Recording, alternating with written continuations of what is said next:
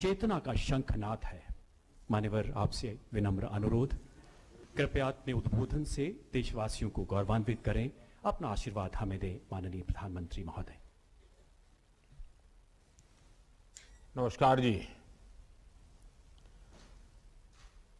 हरियाणा के मुख्यमंत्री श्रीमान मनोहर लाल खट्टर जी, केंद्रीय स्वास्थ्य मंत्री श्री मनसुख मांडविया जी,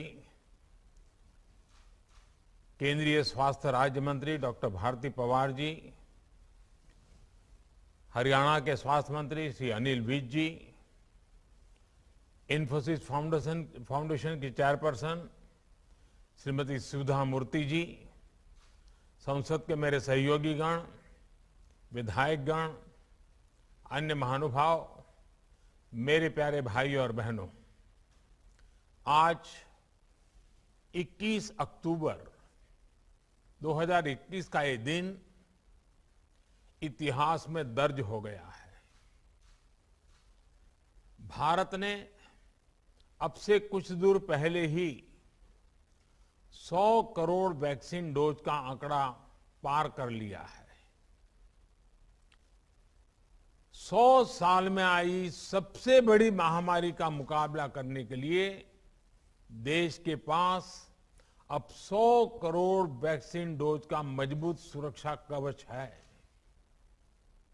ये उपलब्धि भारत की है, भारत के प्रत्येक नागरिक की है। मैं देश की वैक्सीन मैन्युफैक्चरिंग कंपनियां, वैक्सीन ट्रांसपोर्टेशन में जुड़े कर्मयोगियां, वैक्सीन लगाने में जुटे हेल्थ सेक्टर के प्रोफेशनल्स, सभी का खुले मन से, हृदय से बहुत बहुत आभार व्यक्त करता हूं। अभी कुछ देर पहले ही मैं राम मनोहर लोहिया हॉस्पिटल में एक वैक्सीन सेंटर से होकर के आया हूं। एक उत्साह है और दायित्व बोध भी है कि हमें मिलकर कोरोना को जल्द से जल्द हराना है। मैं प्रत्येक भारतवासी को बधाई देता हूं। 100 करोड़ वैक्सीन डोज की ये सफलता प्रत्येक भारतीय को अर्पित करता हूं। साथियों, आज एम्स झज्जर में कैंसर का इलाज कराने आने वाली मरीजों को एक बहुत बड़ी सहूलियत मिली है। नेशनल कैंसर इंस्टीट्यूट में बनाए ये विश्राम सदन मरीजों और उनके रिश्तेदारों की चिंता कम करेगा। कैंसर जैसी बीमारी में इलाज के लिए मरीज और उसके रिश्तेदारों को बार बार अस्पताल जाना आना पड़ता है। कभी कभी डॉक्टर से सलाह, कभी कोई जांच, कभी रेडियोथेरेपी, कभी कीमोथेरेपी। ऐसे में बहुत बड़ी दिक्कत उन्हें ये होती है कि रुके कहां, ठहरे कहां। अब नेशनल कैंसर इंस्टीट्यूट में आने वाले मरीजों की ये तकलीफ काफी कम हो जाएगी। खासतौर पर हरियाणा के लोग, दिल्ली और आसपास के लोग, उत्तराखंड के लोग, इन सबको इससे बहुत बड़ी मदद मिलेगी। साथियों, इस बार लाल किले से मैंने एक बात कही थी। मैंने कहा था सबका प्रयास। ये सबका प्रयास की जो बात कही थी, कोई भी सेक्टर हो, जैसे ही उसमें सामूहिक शक्ति जुटती है, सबका प्रयास नजर आने लगता है, तो परिवर्तन की गति भी बढ़ जाती है।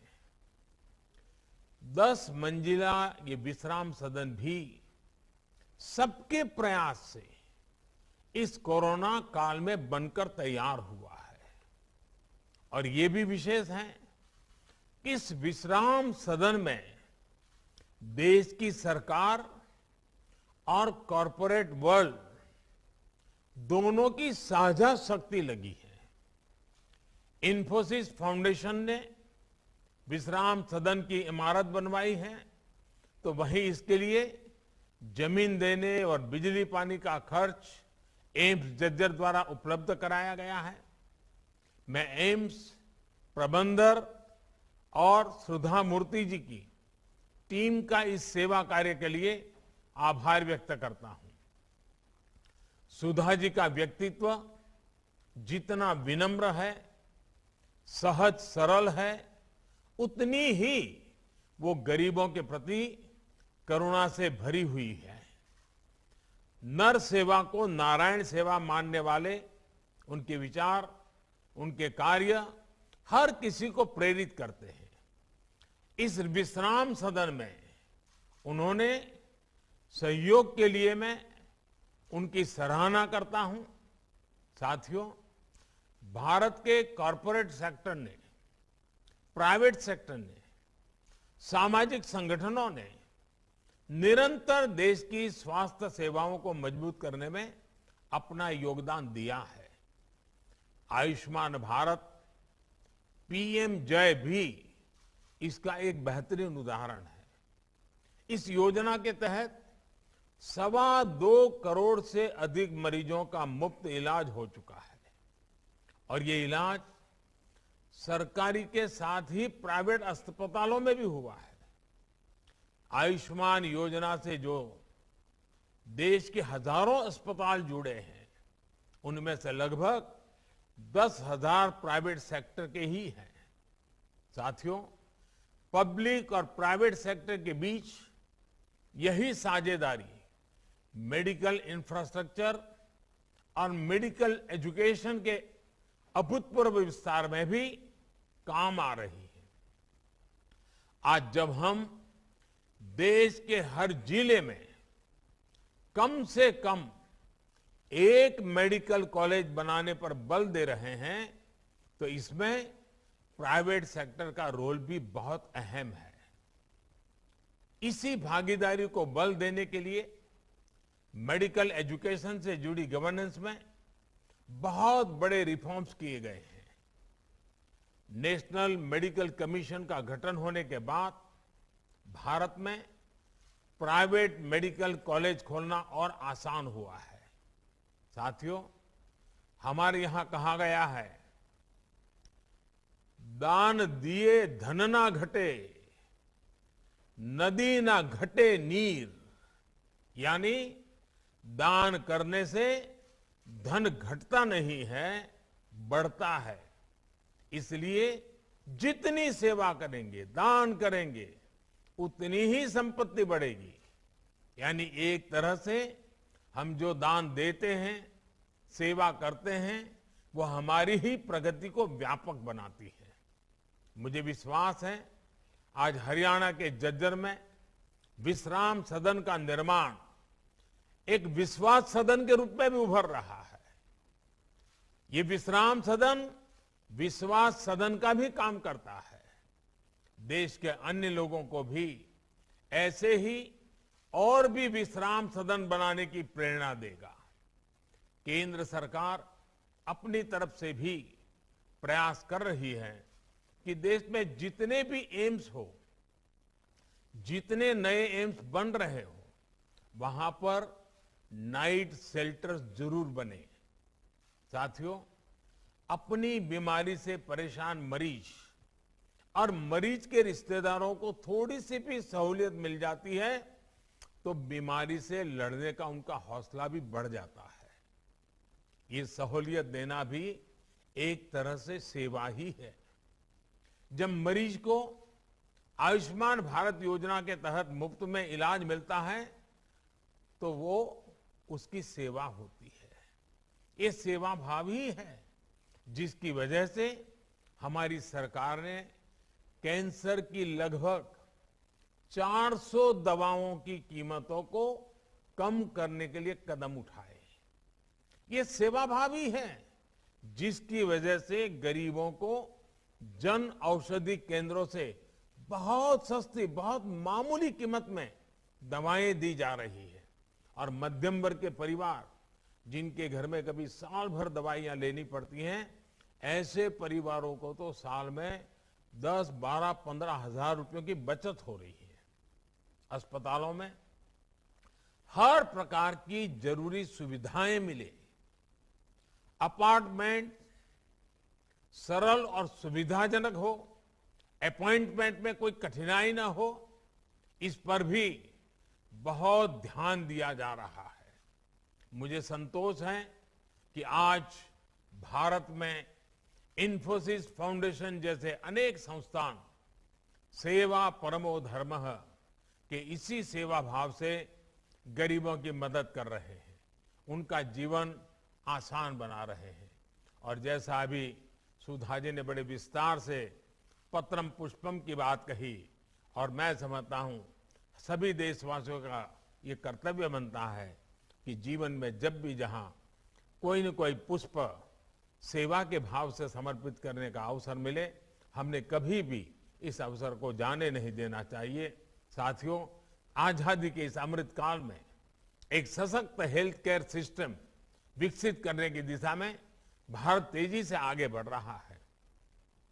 गांव-गांव तक फैले हेल्थ एंड वेलनेस सेंटर, ई संजीवनी द्वारा टेलीमेडिसिन की सुविधा, हेल्थ सेक्टर में ह्यूमन रिसोर्स डेवलपमेंट, नए मेडिकल संस्थानों का निर्माण, देश के कोने कोने में इससे जुड़ा काम चल रहा है।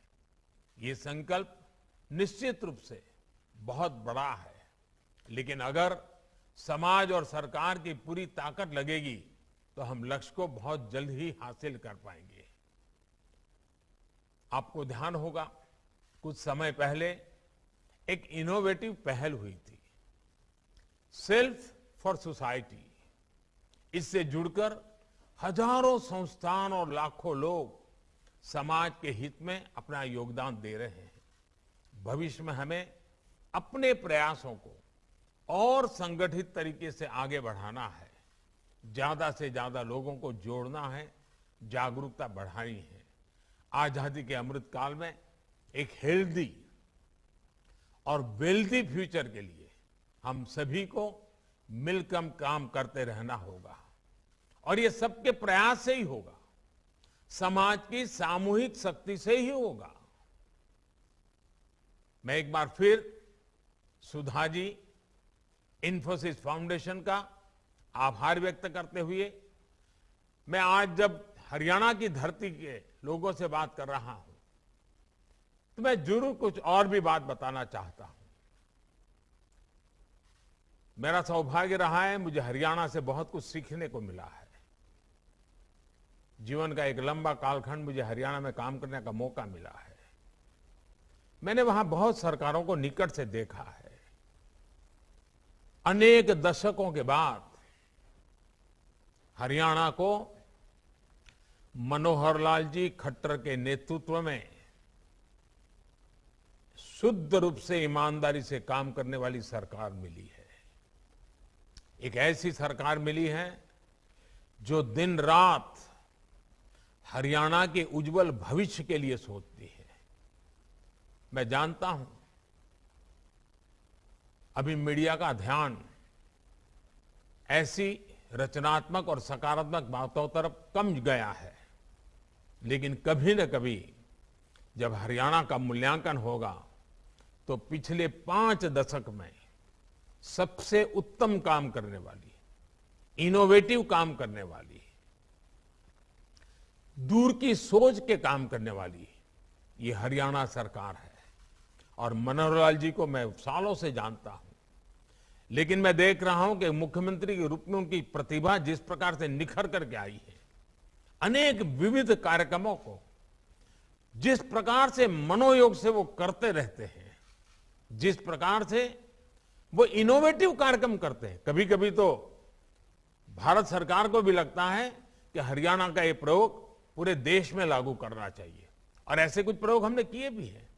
और इसलिए आज जब मैं हरियाणा की धरती के पास खड़ा हूं, उनसे मैं बात कर रहा हूं, तो मैं जरूर कहूंगा कि मनोहर लाल जी के नेतृत्व में भारतीय जनता पार्टी की इस टीम ने जिस प्रकार से हरियाणा की सेवा की है और जो लंबी सोच के साथ जो नींव डाली है वो हरियाणा के उज्जवल भविष्य की बहुत बड़ी ताकत बनने वाली है। मैं आज फिर मनोहर लाल जी को सार्वजनिक रूप से बहुत बहुत बधाई देता हूं, उनकी पूरी टीम को बहुत बहुत बधाई देता हूं और आप सबका भी मैं हृदय से बहुत बहुत धन्यवाद करता हूं।